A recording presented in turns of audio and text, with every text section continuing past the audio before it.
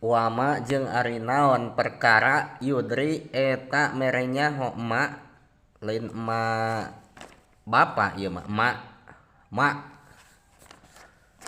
ka anjeun teh Kangjeng Nabi Muhammad la'allahu boa itu mak jalma anu lolong ya zakka eta bebersih ieu mak pihi eta tetep dina lapad ya zakka idghamut ta'i ari ngaidghamkeun ta fil asli surat Abasa ayat 3 ieu teh masih keneh lanjutan tina kisah anu dijelaskeun dina ayat 1 sareng ayat 2 bahwa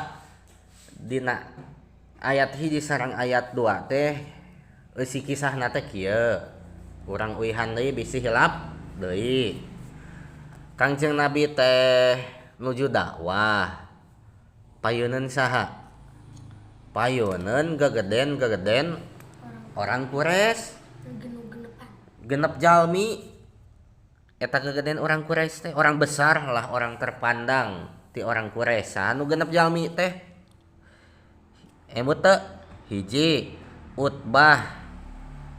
2 Syaibah 3 Abu Jahal 4 Abbas 5 Umayyah 6 Walid ta Nabi teh nuju ngobrol ka genep jalmi nu ieu teh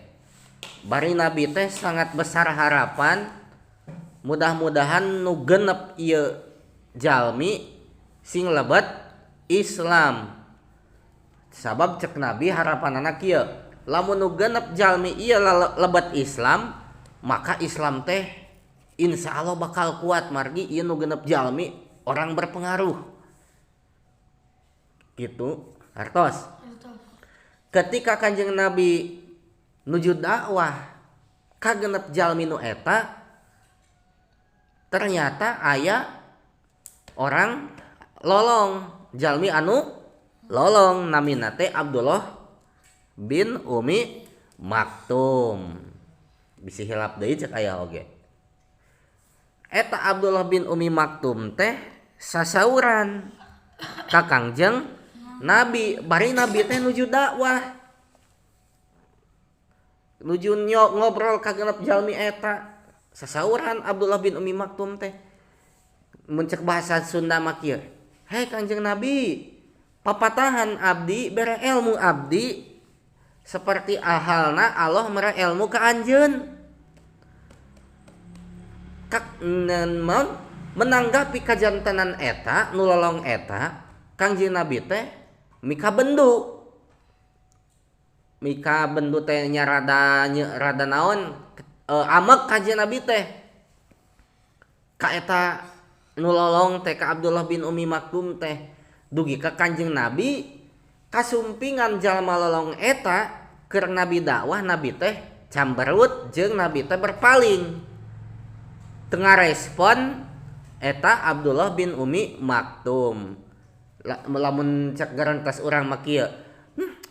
kalah ka ngaganggu urang keur dakwah ngajakan naon genep urang supaya asup Islam kalah ka ngaganggu tah kitu maka dilanjutkeun dina surat Abasa ayat 3 wa ma yudrika la'allahu yazakka cik Allah teh kieu naon anu mere nyaho ka anjeun Muhammad nepi ka anjeun teh camberut jeung berpaling teu eta jalma anu lolong boa-boa jalma anu lolong eta teh anu datang ka anjeun teh matak gawe bebersih datang ka anjeun teh maksudna mah matak gawe bebersih tina dosa dari nu genep macan puguh padahal mah nu genep oge aya anu lebet Islam ngan teu sadayana